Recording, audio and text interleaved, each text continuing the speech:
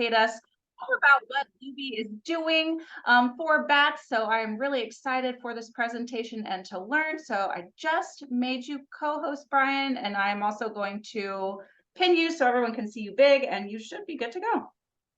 Well, thank you very much for having me. Definitely appreciate the opportunity.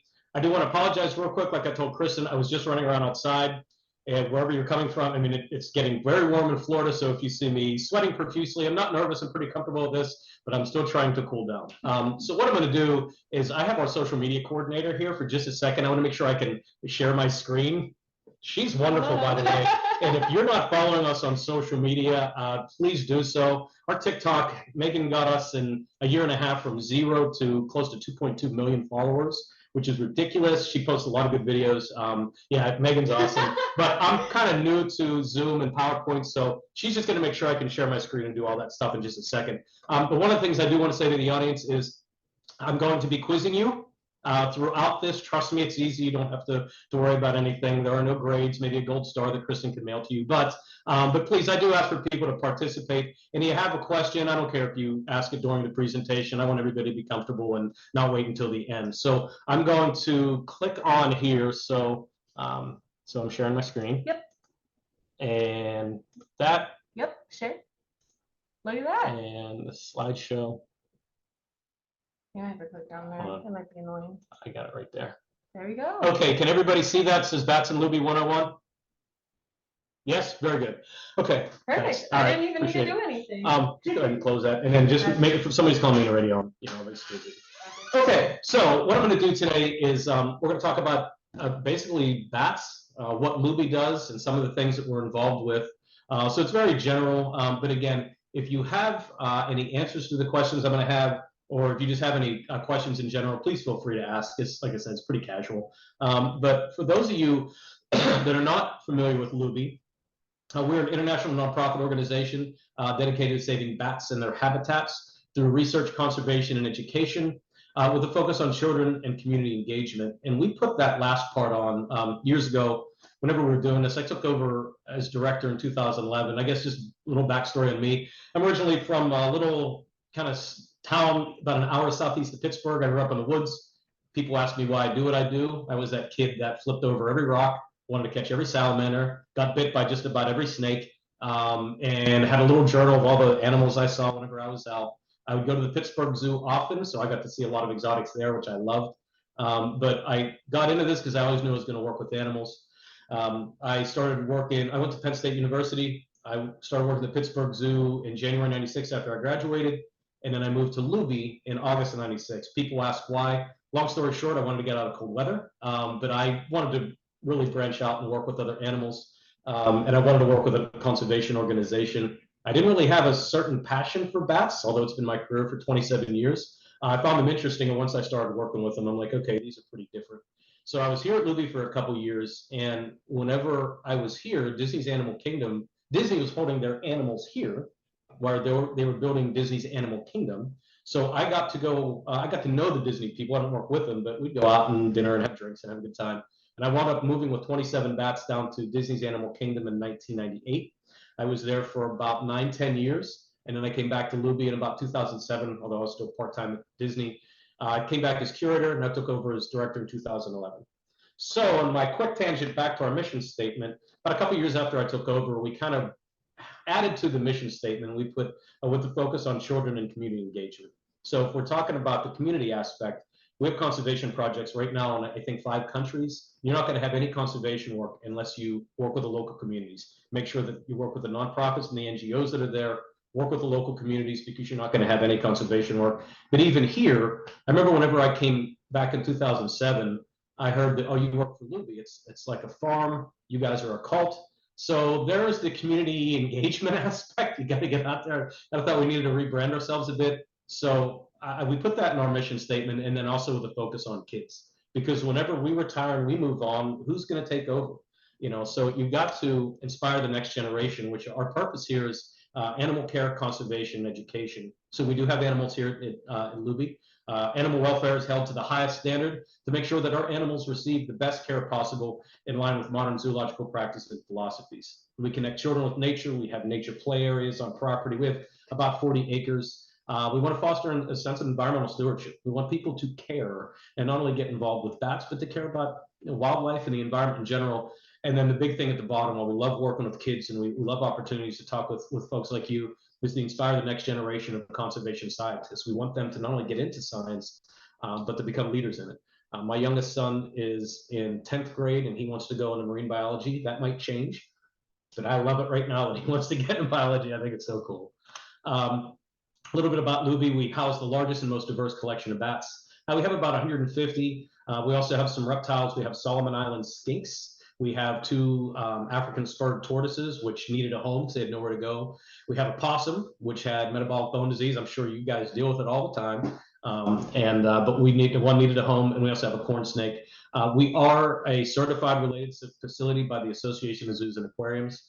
So Disney's Animal Kingdom is AZA, San Diego Zoo, so all the big ones are AZA. Lubee is as well. Although we are private, we're not open to the public yet. But we do a lot of tours. We're actually booked with tours through the entire year, but we are part of AZA as well. We just had that in 2020. We got our certification. That's a very rigorous process. They're looking from everything from how you take care of your animals, vets, finances, governance, or government, education, conservation, all that stuff. We're the only organization in the world that houses endangered bat species while maintaining active conservation education programs. And we're going on 34 years. So July 31st will be our 34th year in existence. So we've been doing this a while, and I've been doing it I've been part of it for about 18 years, which is very cool. So we had this graphic made a couple years ago. We update it every once in a while, but these are just some quick highlights. So there's my mouse here. So our education programs, we're reaching about 200,000. That's just with on-site programs alone. Our social media is exploding right now. So if you have, let me just move this over. So we do a lot of training. So a lot of the vets at the University of Florida, our vets are at the University of Florida. They come here every 2 weeks and they bring out students. But we've trained people that everything from folks going out into the field to people taking care of bats. Over 700 bats have been born at Lubee.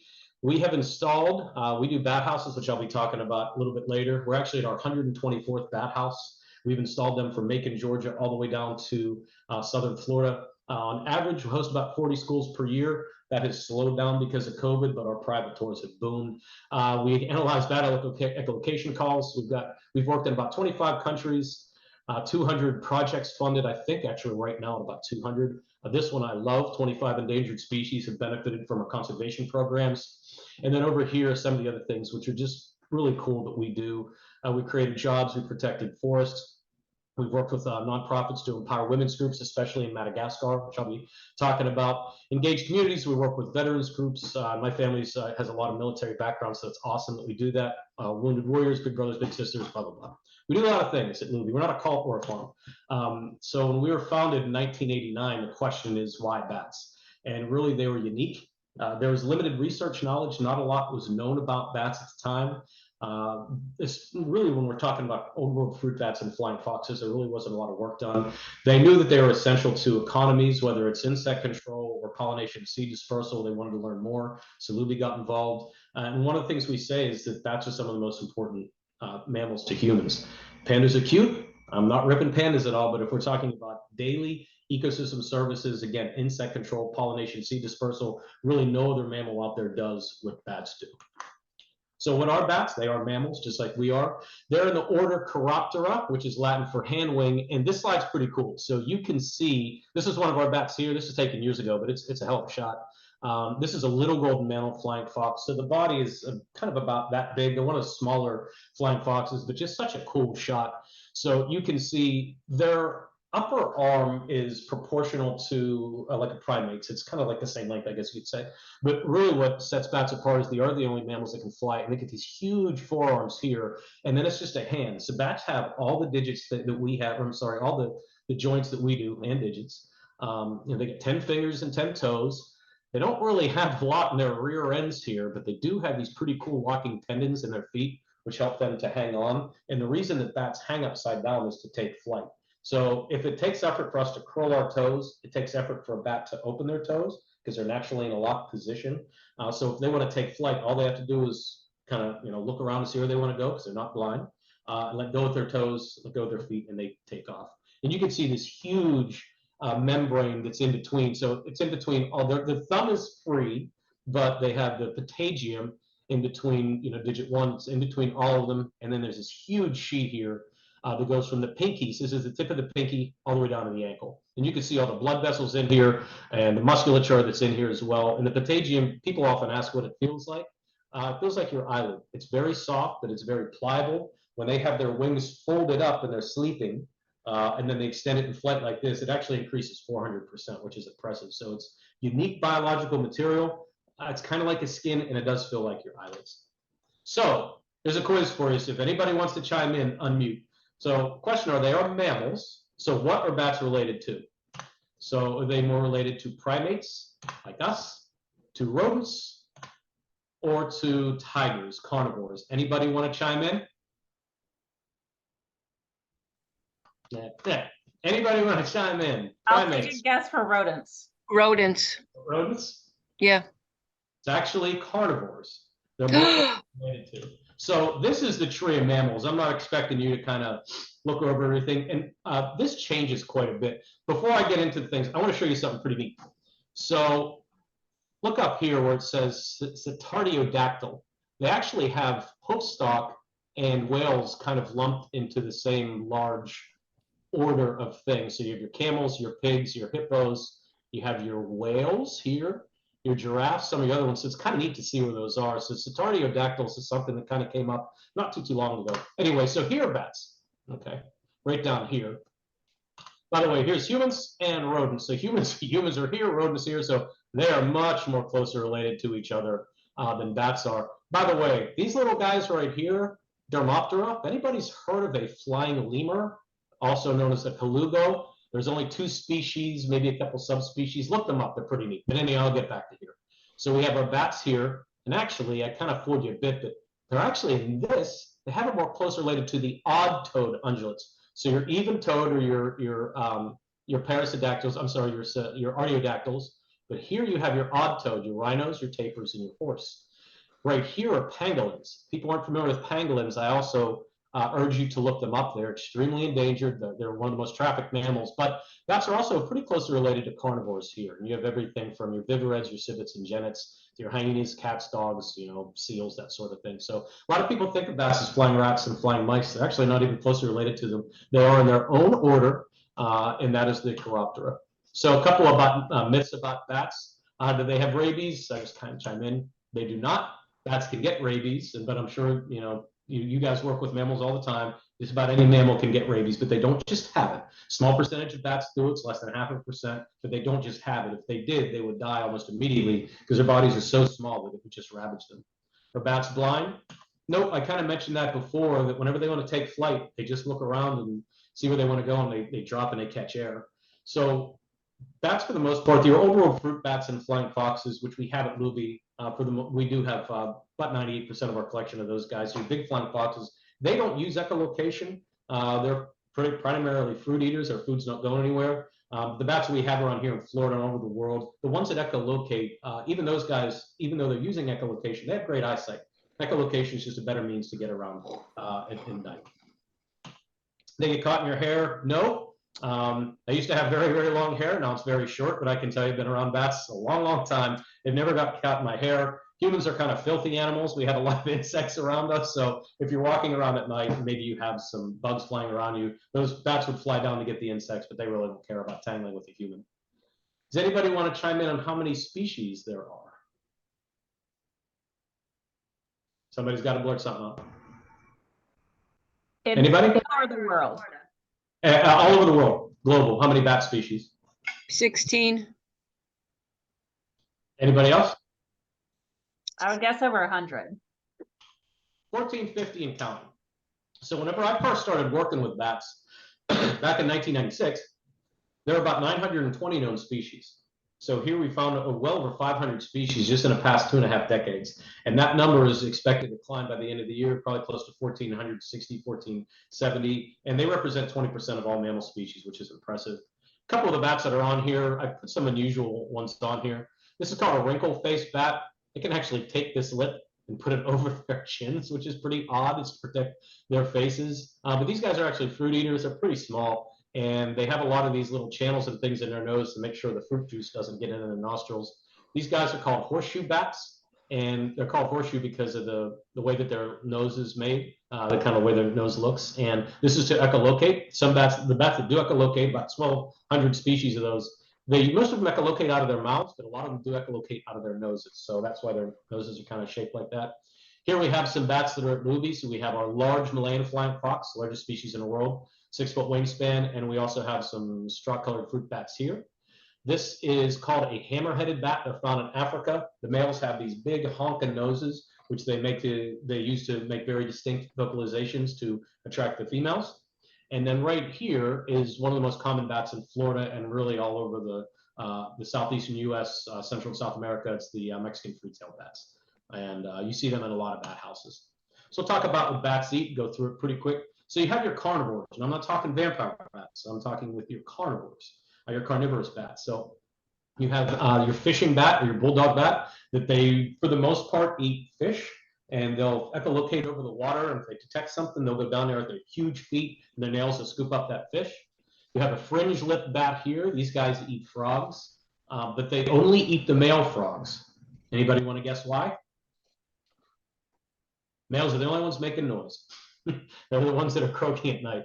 And here, one of my favorites is you have Vampirum spectrum, which is the spectral bat. These guys are pretty unique in the bat world because they have family units.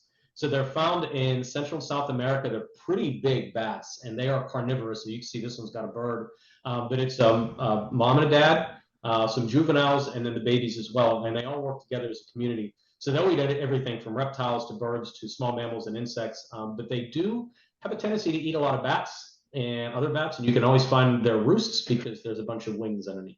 They're pretty cool. They're a very, very neat looking bat. So there are 3 species of vampire bats found in Mexico, Central and South America. They're very tiny.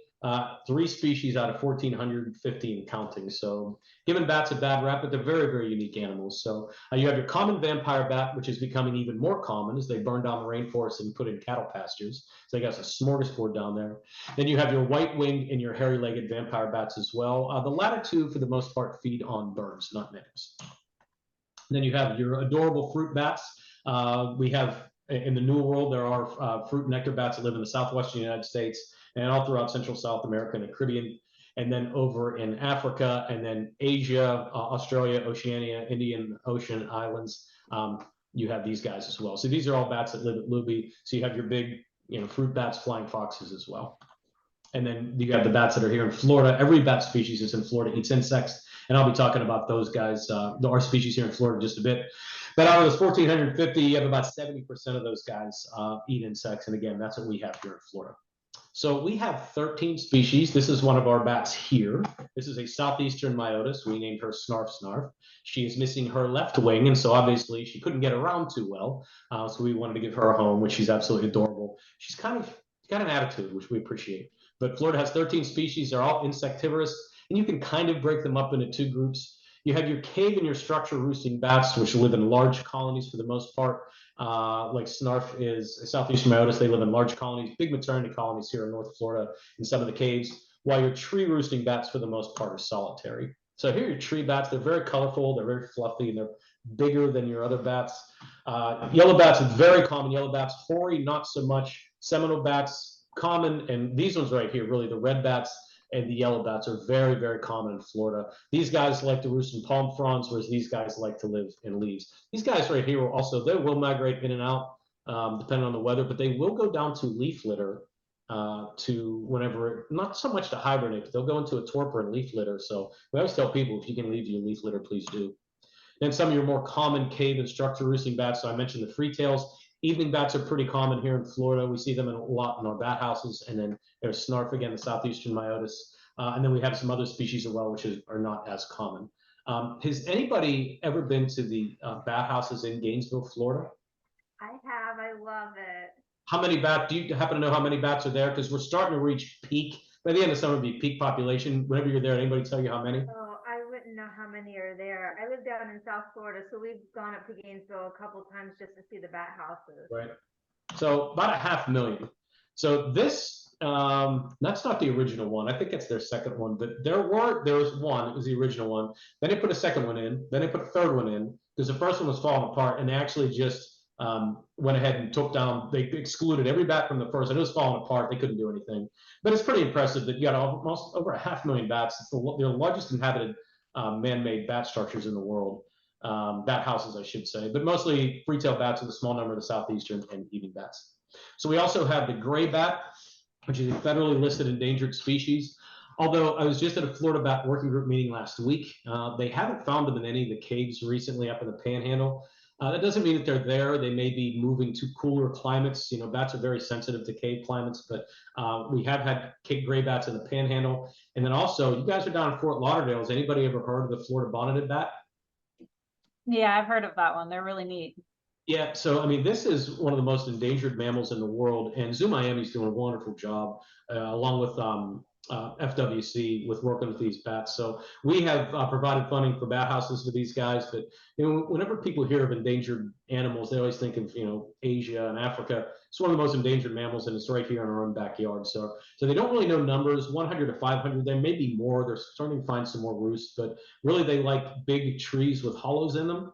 And God knows, how much development has been in all over Florida, South Florida, and with the hurricanes coming through and taking out some of these large trees, they really don't have a lot of places to go. But there's a lot of research being done. Zoo Miami is doing wonderful work. FWC and then Lubee has been a part of that as well. So we'll talk about the importance. Florida bats play a huge role in controlling mosquitoes, especially the southeastern myotis like snarf. They love them. They're mosquito magnets. We all know the diseases that mosquitoes can carry. But also with the bats eat a lot of agricultural crops as well. So this is a pretty neat study. 2011, the U.S. Geological Survey did a study showing that bats save U.S. farmers between $3.7 and $53 billion a year annually by controlling agricultural pests. So reducing the need for pesticides. They're the primary nocturnal predator of insects because there's not really birds or other things flying around at night that's eating insects, bats. And past analysis has shown that they eat a lot of stink bugs, spotted cucumber beetle, and then the big one here is the corn earworm moth, which isn't just on corn. They're eating a lot of other crops. And it's not that they're not eating the larvae, these guys that do the damage, but they're eating the adults who are obviously laying the eggs. Rainforest restoration. So there have been studies done Central and South America, and also out in Southeast Asia, which we all hear about deforestation. And that a lot of the times when they've looked at these studies, and actually about 95% of the studies have shown that the first plants that come up are bat dispersed seeds. And these are plants and trees and shrubs that are coming up that are known to have been consumed by bats. So that's how important they are to the rainforest, that they contribute to the regrowth of these forests. 90 to almost 95% of that regrowth is because of bats. Pollination and seed dispersal, so they contribute billions to the economy. And then down here, I just have some things: mango, figs, dates. But also, if anybody likes margarita, you like tequila, bats are one of the only mammals that are pollinating the flowers of the agave plant. So global status, how are bats doing? Not good. So 25% of global bat species are considered threatened with extinction. In the United States, it's 40%. And white nose syndrome, which we'll talk about a little bit later, is definitely taking a toll on a lot of the species that are here. But we also really don't know a lot about them. So 55%, 55% at least concerned, but you got 20% here we really don't know enough about. So there's still a lot that we need to learn and figure out to see what their status is. So in the last 150 years, at least 9 species have gone extinct. The Guam flying fox was eaten to extinction. And then the Christmas Island pipistrelle went extinct in 2009. And I was at an international conference back in 2014. And there was a woman there from Australia she's one of the leading individuals of some of the top zoos in Australia. And basically Christmas Island, if you're looking at Australia, go northwest of the Indian Ocean. And there's a lot of species that are facing extinction there. And this bat went extinct, and really it was because of inaction. They just didn't really do anything. They knew that they were declining with some introduced insect species and just not really a lot of other things going on. So she played a recording, and she goes, we're all here because we want to stop these species, not just bats. It was a global zoological conference of conservation experts, and this is the sound of extinction. And she played the last recording, and they knew it was a male, and he was searching for other bats of his own species. And he never found them. And after that bat died, they pretty much think he went extinct. So that species went extinct. So that's quite a bit for bat species that have gone extinct. And trust me, this isn't a doom and gloom PowerPoint, but we have to address it. So what are some of the threats? Deforestation. Enough said. Overhunting with bats. So this was taken from studies we did in Borneo years ago, where, you know, whenever I say you work with communities, you do have to work with them and understand that they eat these animals. But there's not really a lot of knowledge known about overhunting or quotas or anything like that. Really what it comes down to approaches the problem. So it's unsustainable hunting. They think that fruit bats, I should say flying foxes, their meat is a cure for asthma. They're persecuted as pests, and I know it's just a lot that they don't know about bats. It's a lot of misunderstood, and that's where it comes in to engage the communities, engage the local nonprofits, and really, you know, just make them aware of how important these bats are. Actually, I should go back with kind of some crappy pictures, but there were studies done. There's important products that come out of Asia. I don't know if anybody of you have ever heard or had durian, which is a fruit that comes out of Southeast Asia. It stinks to high heaven. And the taste starts out like custard and ends with like onions. But anyway, it's a huge agricultural crop. And in certain areas in Thailand, Vietnam, and Indonesia, bats in these areas are starting to gain a lot of protection because they're some of the only animals that are pollinating flowers. And so they're starting to really see the importance of these animals. And you're starting to see persecution go down, protections go up. So a little education goes a long way. It just took some researchers with some funding who were local in-country researchers going to local universities with a bit of backing to go out there and find these studies and find how important these bats are, pass it along to the local communities, and then, you know, everything just basically gains traction.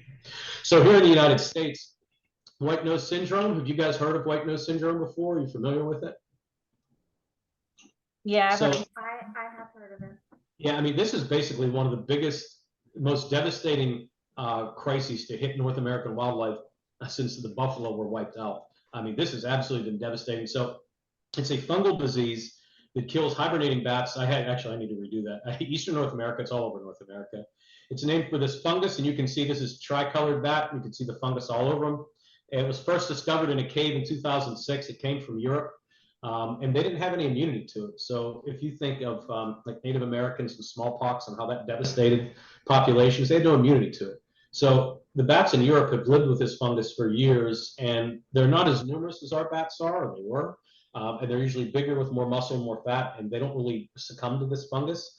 Where here, it was introduced in 2006. It's killed millions of bats, but what it essentially does is it wakes bats up during hibernation. So it only affects bats that go into a true hibernation. It doesn't affect other mammals. It doesn't affect bears or humans or any other mammals. It affects hibernating bats. So it's not here in Florida, although they were doing a lot of cave monitoring up in the Panhandle Park. I'll show you a map so you can see how far, how spread this is. But it essentially wakes them up during hibernation. It depletes their energy reserves. They're hungry. They're thirsty. There's no food. It's a dead of winter, so they either freeze or starve to death. But there's a lot more to it. It also affects their respiratory and immune systems. So this is where it started here. If you can see my cursor in 2000, that's in cave in New York, and here's where it spread. So 38 states, actually it's 39, I believe. The meeting I was at last week, I'm pretty sure they said 39.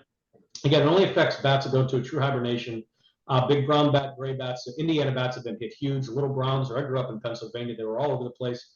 But I should point out that it affects certain bats differently. So Indiana bats, northern long-eared and little brown, and tricolors as well, you're looking at a mortality rate of 95 to 99%. Big brown bats, only about 25 to 40%. So it affects bats differently. Again, it's not found in Florida, although they are concerned with some tricolored bats in the Panhandle, but it has not been detected in many of those caves. As of right now, and again, I need to take that word eastern out of there, it's killed 7 to 8 bats throughout the United States. It's probably a hell of a lot more, maybe like 10 to 11 million bats. And it's pushed little brown bats and northern long-eared bats to be listed as endangered, which is scary because, you know, prior to 2006, especially little browns, they were considered least concern, common. So what do? We take really, really cute pictures of our bats here, and we show them to people, which is amazing. This is actually twins that were born, Frick and Frack, and we knew the mom was having twins because, you know, we put breeding groups together. We know which males we could put with which females based on genetics. I think I'm going to talk about that here in a bit. But whenever we found out she was pregnant, it's not real common. I mean, it happens maybe like 5% of the time. So I was thinking, okay, whenever they come out, hopefully it's a male and a female, we can tell them apart. No, they're both males, but luckily, Frick here is very, very red. He's adorable. And Frack here is dark, so we can tell them apart. They still live with each other. They're always by each other, which is pretty cute. And whenever we found out the mom was pregnant with twins, We made sure to give her a lot of calories and a lot of calcium so that there are no issues with twins, and they're born happy and healthy, which is pretty cool. So we are the global leader in fruit bat husbandry, welfare, breeding, medical management. We've taught a lot of training courses on people that have bats in their care, how to do it properly. We've been doing this for 34 years, so we better know what we're doing. As I mentioned, we've housed 150 bats and some reptiles. Nearly 700 bats have born here at Lubee, and people ask where they go. For the most part, they stay here, or there are other AZA, if there are other AZA accredited facilities that have all the requirements, and we have very strict requirements to take care of them, we will loan them to these facilities. And we only have them on loan now, I think, 4 places, and Disney's Animal Kingdom is one of them.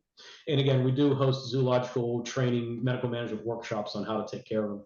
By the way, some of these pictures, this is just cute, mom and a pup.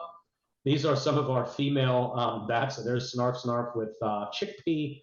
No, there's Snarf, Chickpea, and Chelsea. This is my boy Arthur here with some watermelon. And if you look real close here, you can see a baby nursing off the mom. So the teats are actually underneath the armpit area. They're not front facing like a primate, they're underneath. And that allows mom to kind of tuck them in, which is just adorable.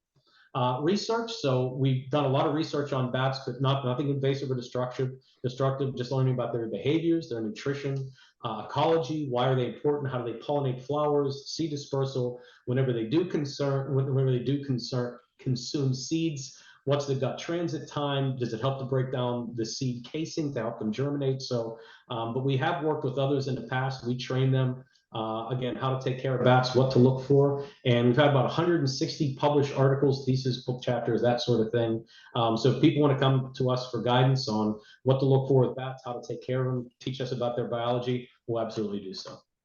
And bats have extraordinary immune systems. They don't really get sick from a lot of things, and people want to know why. So they can go through some of the articles we've published about their biology, their physiology, their immunology to try to determine why these animals just don't seem to get sick from other diseases that humans and primates and maybe some other mammals do. So one of the things that we do in Florida, so our whole history has been old world fruit bats, but back in about 2016, we started doing a lot of work with native bats. And that kind of came about because we had a lot of parents saying, it's great that you teach my kids about bats over in Asia and Africa. Can you teach them about bats in their own backyard? So he said, yes. So we started incorporating information to our education programs. And then we hooked up with a local environmental firm that does a lot of has done a lot of work with native bats, and they taught us how to go out and do acoustic monitoring for bats and echolocation call analysis. So it's pretty cool that what we do is we set up this box here. So in this tube, pretty decent sized tube, is a very sensitive microphone. It's hooked up to this box here that we can program and control, and we can record bat echolocation calls. And we take the information, put it on just a little thumb drive. We download it to a server, it cleans it up, and it sends us back these calls. So these are 1.7 second blocks. And what we have to do is look at the shape of the call and the frequency of the call to determine what the species is. So we've done this all over the state. There was a graphic before, like 35,000 calls. So it's pretty neat. I'll just show you a few of these. This is how you can tell bat echolocation calls apart. So these are the free-tailed bats, which are pretty common. And we know that their search calls kind of looks like it's got a punch at the beginning, and then it has this little tail, this little hook. You can kind of see in here at the end. And we know that the frequency is going to be at about 17 to 27 kilohertz. So if I see these good punching calls, it's a very strong call. We know we've got a Mexican free-tailed bat. So these, whenever you see the social calls and the feeding buzz, you're not supposed to ID them from that, but we pretty much know the social calls are free-tailed bats. So you have these little squiggly lines, and that's literally them talking to each other. Somebody had mentioned about being at the University of Florida Bat Houses. If you have bat houses at your home or wherever, bats are very vocal. You can hear them vocalizing. But these are echolocation calls, so they're actually talking to each other. And what's pretty neat, by the way, is you look at this. This bat is calling in 2 different octaves. And if you look at some of these little ghost calls, they're calling these faint little octaves, which is pretty neat. And then this one here on the bottom, it's a feeding buzz. So about, boom, right there, more than likely an insect just got caught, which is pretty neat. These are tricolored bats, which they're maybe listing as endangered. But I find them actually pretty common here in Florida. But anyway, I know that if it's going to be in the 40 to 50 kilohertz range, it's going to be like this L shape, that more than likely we have ourselves a tricolored bat, which is pretty neat. So Lubee also puts up bat houses. Again, I mentioned 124 from Macon, Georgia, down to South Florida. We've been doing it since 2016. And we've been asked for years, what about hurricane? How can it take a hurricane? And honestly, I have had no information to give them. We hadn't had a major hurricane in Florida. Irma, excuse me, bad in 2017, but it hit in Southwest Florida, nothing here. But back in 2019, we put a huge, there's a picture of it, pretty big house. This is about a 2x4. We put in a big 4x4 house on the tip of Pine Island in a town called Bokeelia. And then we put in a 4-chamber, kind of looks like this, down in Venice, Florida. And then when Ian came through in September, both of those took a direct hit. And heard from the clients that all the damage that was around those areas, some of the only things still standing were those bat houses. So we're pretty happy about that. We definitely put a lot of concrete and a lot of weight on the bottom. So again, we put up bat houses, which we love to do because we do it on Fridays and it gets me out of the office, which I love. So a lot of people ask, what is this needed for a successful bat house? So at least 12 feet high. We put ours 20 feet and about 20 feet from trees, branches, etc. Don't ever put a bat house on a tree. Too much shade, too many obstructions. When they come out, they want to have nothing in their way. This is a 2 foot by 2 foot by about 2 foot, a little bit taller than that house that we put up in near Micanopy, Florida. And we are a ways away from this tree line. When these bats come out, there's nothing in their way. So on standalone poles, they do best here in Florida. Up north, they do well inside the buildings as well. Out in the open is best. In Florida, we stain them a medium brown color. We face it southeast. Now, whenever I was doing bat houses up in Pennsylvania, we would face them east and paint them black, stain them black. But it's obviously a little warmer here. So about a medium brown color. Down in South Florida, it would be very light color of brown, almost like a cream kind of beige color. Within about a mile of water is always good. And larger houses do better. Maybe not so much, it doesn't need to be this 2x2 size. But this is actually, we did for a local brewery, which is kind of a neat size. But you're looking like a 4-chamber bat house, not single chamber bat houses. They don't do well because it doesn't give them a lot of temperature gradient. And the bats like to have room to be able to move up and down. So one of the last things I'll talk about is conservation, which I'm very proud of what Lubee's been able to do. Funded projects in 20, it's actually over 20 countries. So I'll just go through a couple of them, just to give you a little idea of what we do. So in the Solomon Islands, which you can see is northeast of Australia and east of Papua New Guinea, there are 5 species there known as monkey-faced bats. They're not found anywhere else in the world, and there's a lot of endemic species in that country. Deforestation is rampant there. China does a lot of logging there. They're also going to be there's talks of them putting a naval base there, which would decimate some of the islands that are there. So really, it's deforestation. So years ago, back in 2013, and we're still funding these projects, we funded a project to focus on the new Georgia monkey-faced bat, working with our contacts from the University of Queensland who have great contacts with community partnerships on the Solomon Islands. So it's, again, working with these communities. You can't go into these areas without working with the communities. But anyway, it led to the new Georgia monkey-faced bat being found for the first time in 3 years. The Guadalcanal monkey-faced bat seen for the first time in 25 years, and also led to the first formally protected area in the country. So I thought. Come to find out that there's logging permits, which we thought was formally protected. I just had a Zoom call with one of our colleagues in Queensland. So we are going to be working to make sure that they get that really formally protected and help out the communities that are there. So on Tong Java Atoll, which is northeast of the Solomon Islands, it's the largest atoll in the world. Back in 2018, and we just provided funding for this not too long ago. There's a little atoll there, and there's a bat there called the Ong-Tong Java Flying Fox. They're still doing genetic testing to find out if it's a unique species or it's a subspecies. They didn't even know if it was extinct or not. The only way you can go is by boat. And we actually worked with commercial sea cucumber, which is an animal, sea cucumber farmers to be able to get on this island. So there are bats on this island. There are people that live there as well. And whenever they went, they did find them. There's only about 80 to 100 left. There may be some new reptile and insect species that are there, but more importantly, it's the community that's there. So seas are rising, and they're definitely getting affected by climate change and these rising seas, and they're losing a lot of their land. So it is, what can we do to help the communities? What can they plant? What can they harvest? Because they're not hunting the bats, which is great. They have a very fish-based diet, but what else can we do to protect, to work with these communities that are there and what can we do to protect the bats. So who knows what's going to happen in the future, but as of right now, there are bats there. There's other species there as well, but there are people there that live on this atoll, and what can we do to help them out? So this is one of the really good ones we've been involved with for a long time. So the Madagascar flying fox.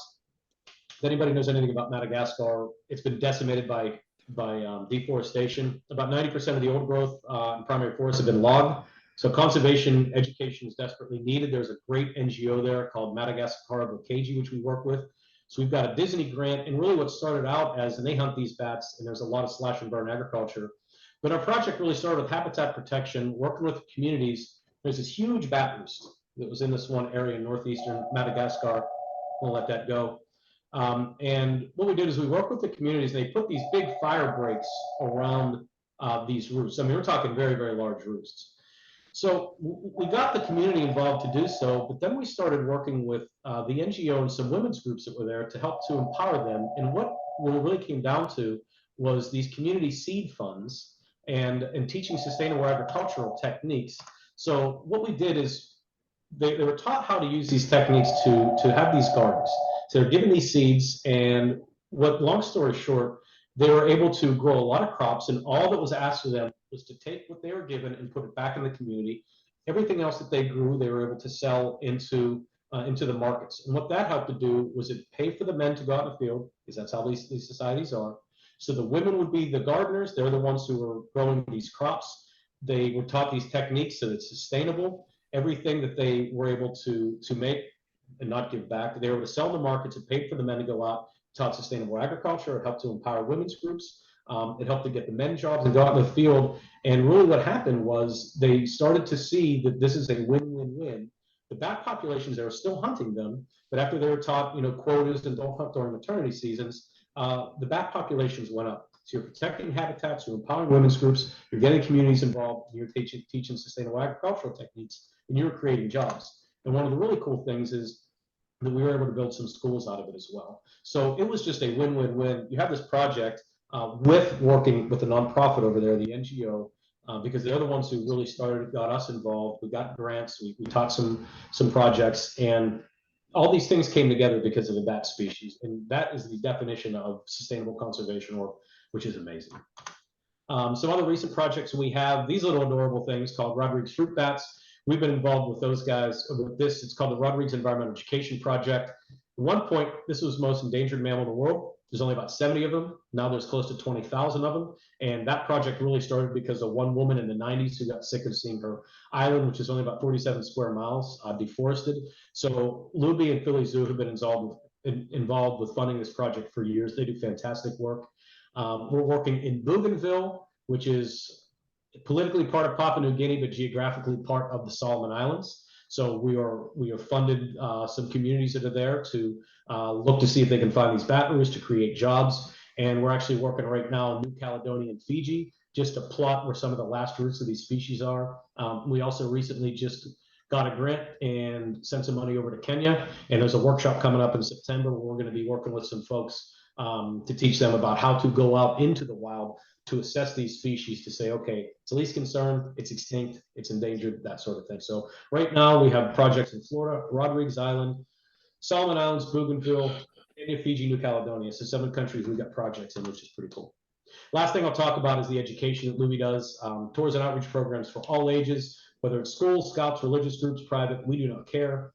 We have a lot of partnerships, Big Brothers, Big Sisters. A Girls Place, which is a good one. It's a nonprofit here in Gainesville, and it's young ladies, 5th through 8th grade. And whenever they come out, we have our female staff work with them, and they tell them how they got involved with this. Like, this is what I do, and this is how I got involved with it. And I think that's a pretty good one. I really like working with those guys. And then Gigi's Playhouse, for children with Down syndrome and their families, and they get to come out for a day and just have a good time, which is great. And we also have our annual Bat Festival, which is our largest event of the year. I think I have it, on the slide. I have 22. Damn it, I forgot to change that out. Bat Fest 2023 is actually going to be this Saturday, October 21st from 10 to 5. We have it on Lubee grounds. We have 70 plus vendors usually. Last year we had over 100 vendors. We have a kids zone, a beer garden, and there's always something for everybody to see. So it was a great turnout last year, which was wonderful. So if anybody happens to be in the Gainesville area, it's always on the Gators bye week because I don't want to compete with the Gator game, but it's usually about the third Saturday of October. Come out to Lubee. We're going to have, my wife's actually a program as an events coordinator. We're looking to have over 100 vendors, about 12 breweries here, about 12 to 15 food trucks, environmental vendors, craft vendors, live music. It's a wonderful event. So if anybody's in Gainesville, check it out. And then people always ask how to help bats. What can we do? And really comes down to avoiding bat roosts. If you are a spelunker, like go in caves, follow all applicable rules of decontamination. You can, if people again honor cave closures or gated caves mines. You can plant a bat-friendly gardens. So these would be plants that bloom at night. So even primrose, butterfly bush, that sort of thing. So flowers that are blooming at night that are going to attract insects are also going to help attract bats. You can also put up a bat house. Lubee puts bat houses up all over the state where you can find a lot of plans and information online. Learn about your local species, volunteer at great places. Like our host here that has mammals come in, whether it's bats or other ones, they can always use volunteers. And you can always email Lubee at info@lubee.org if you have any questions. And if you'd like to support our organization, you can always go to our website, lubee.org, and find out about our how to donate, how to become a member, sign up for a newsletter, that sort of thing. And that is the end of my slideshow. Awesome. Thank you so much, Brian. That was so fascinating. So I'll give everybody that is here a minute. If you guys do have questions, you're more than welcome to unmute yourselves, or if you'd rather not speak, you're welcome to drop any questions that you have in the chat. I love seeing all the conservation work that you guys do all over the world and all those different projects. While you were talking, a memory popped in my head. I had lived in Ghana in West Africa for a few months, and I took a trip over to Wheelie Falls, and we got to hike up to the falls, and at the top was a big colony of fruit bats that I had never seen anything like that in person before, and it was awesome. Actually, Africa has the largest migration of any mammal in the world. So there's a few fruit bat species there, but there's, whenever I showed that slide, it said 1,450 species. The middle was that big Malayan flying fox, and there's that little blonde one that was kind of in the middle. That's an African straw-colored fruit bat, and every late October, early November, between 10 and 12 million of them from all over the continent migrate down to this one little, like 2-3 square mile area in Kasanka National Park in Namibia. Wow. And they for all the fruiting trees and fruiting flowers, and people think of migrations that they think of caribou, right? And largest mammal migration in the world are the bats, the African straw-colored fruit bats. So that may have been the species that you saw because they are found all throughout Africa. Which is I was kind of Googling while you were talking, and that's the species that popped up. Very colorful. We have some here, which are just adorable. Yeah, that's awesome. So I'm not seeing any questions come into the chat, but if you guys do have questions, again, you can email Lubee directly, and I'm sure Brian and all the staff would be more than happy. Erin, you had a question? Go ahead. I did. So my primary motivation of being here, I'm actually a parent to 2 small children, a 4-year-old and a 6-year-old. And we've had a trinity of 3 bats circling our house for like the last week. So it's been this educational moment for my kids, but they're really freaked out. So I was just wondering if you have tips on the fear that humans have around bats and what you would say to small children of like, hey, here are the 3 things you need to know why bats are not scary as they circle our home. They've been given a bad rap. It depends on culturally, because the Chinese revered them, Native Americans revered them, Europeans are the ones that kind of gave them a bad rap. But really, bats are everywhere around us, and they're not out there hurting us. They're not biting us. They're just trying to eat insects every night. So if they happen to get in your house or anything like that, we always tell people they're just looking for somewhere, warm. Open a door, close the doors, open a window, try to get them out. But they're just out there eating insects every night. They have families. They're very colonial. They give birth. They're moms. They're dads. That sort of thing. And they're just like any other mammal out there. They're just trying to survive. They're just trying to be with their friends and their families, and just trying to survive out there. They're not scary. They're not mean, and they've been given a bad rap more than anything. And that's what we tell people. We tell them how important these animals are, why they're important, and what people can do to help. That was really helpful. Thank you. I teach preschoolers, and so I also show them the cutest pictures I possibly can of bats. And there's there's some videos online of other, you know, bats being rehabilitated with little pacifiers in their mouths and being like wrapped in, you know, blankets. And so when the preschoolers see that, you know, they have a different perspective of, you know, the bat. Yeah, that's most likely the folks out of Australia. Like Tolga Bat Hospital does great work, and they're just absolutely adorable pictures. And a lot of those are, you know, babies that lost their moms, whether it's from shooting them, whether it's electrocution, getting hit in barbed wire, getting caught in fruit nets. So I'd say what Australia may be an advanced country, but they are one of the worst when it comes to protecting their wildlife.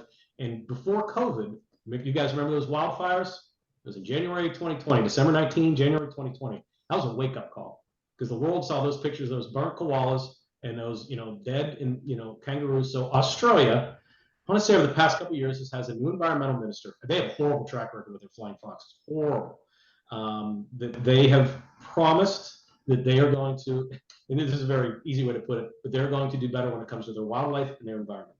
And so a lot of those pictures you see, they're adorable, but and they definitely help. It's all about optics. But just know that those bats are there because something happened to mom, and a lot of it's shooting. I've seen some pretty horrific pictures. So Australia needs to do a little bit better. Hopefully they'll step up like they promised to do.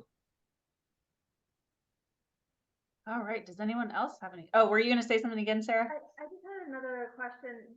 Several years ago, I took a couple of the Florida Master Naturalist classes, and I know that they were mentioning something about, I think it was more like a citizen study, but it was some kind of bat bridge study where they were looking for colonies under bats, and I never followed, you know, what happened with that. Do you know anything about them? Yeah, so I was just at those meetings last week, Florida Bat Working Group meetings, and they were looking at not only the bridges but culverts, and actually Lubee helped with some of that information as well here in, I think we just stayed in Alachua County, and they had found some new roosts for certain species. They found bridges that had become abandoned. So there isn't, I don't know if they put all that information together, but they did. I literally just talked about that last week. So hopefully there's going to be a paper coming out soon. But they found some one of the biggest concerns right now in the States are these tricolored bats, and their numbers are plummeting. And I see them a lot of times when I do acoustics. We see them in our bat houses, but apparently they are declining here in Florida. So that was important, really the culverts of where are they finding these bats. So that study, I think they have all the data. They're putting it together so that they can get it into a paper, but that information is still ongoing. Or that project is still ongoing. You know, how would, you know, somebody who like me, who's like not in the field or anything, like, you know, hear about it, or, you know?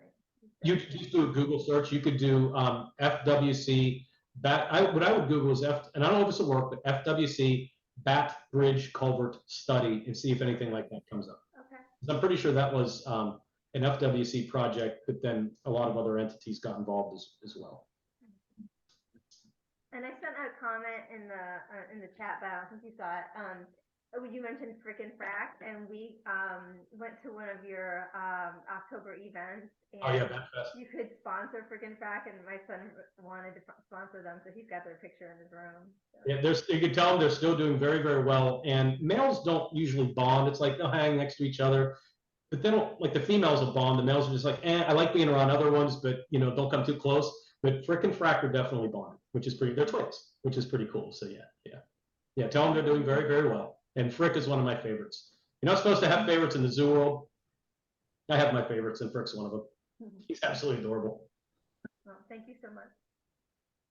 All right, awesome. I didn't see any questions come into the chat, so I think everyone is good. Thank you again, Brian, for joining us. If you guys are interested in rewatching or revisiting any of the information that Brian shared today, I will be uploading this recording to our YouTube channel, so you're welcome to watch it as many times as you want, share it with your friends and family, and help spread the awesome work that Lubee is doing to help bats here in Florida and abroad. If you guys are enjoying these wild lecture series, make sure you stay tuned on our social media and website to see who our speakers will be in the upcoming months. We will be doing this once a month, and we have different speakers that come in to talk about all kinds of things every single month. So again, thank you guys so much for joining us. Thank you again, Brian. If you guys don't follow South Florida Wildlife Center on social media already, we do have a Facebook, Instagram, TikTok. I know Lubee does as well, so feel free to give them a follow if you haven't. But thank you guys again for joining us, and I hope you have a good rest of your day. Thank you, guys. All right, see you guys.